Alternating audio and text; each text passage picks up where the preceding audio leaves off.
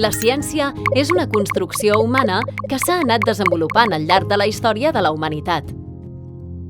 És un coneixement que s'ha transmès i ampliat de generació en generació i que es basa en un mètode sistemàtic i rigorós anomenat mètode científic.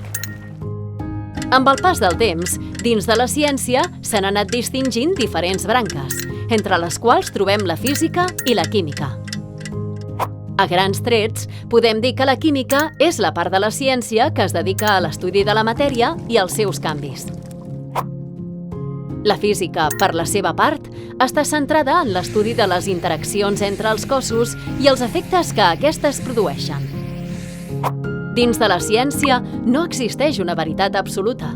Tot és qüestionable i susceptible de ser modificat i inclús descartat. Les lleis i teories de la ciència són acceptades fins que apareix un nou descobriment que les qüestiona.